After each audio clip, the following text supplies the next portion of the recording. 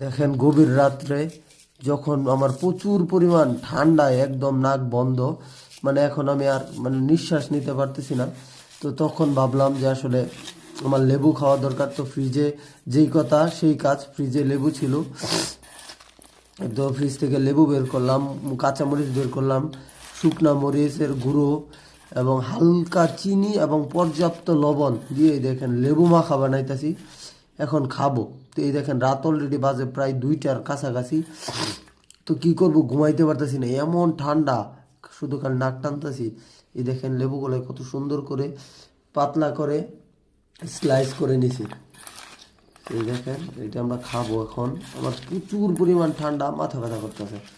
তো ঘুমাইতে পারতেছি না, শুইছিলাম যে ঘুমাবো, আসলে কোনোভাবেই ঘুম চোখে আসতেছে না, শুধু নাক দিয়ে পানি পড়তেছে।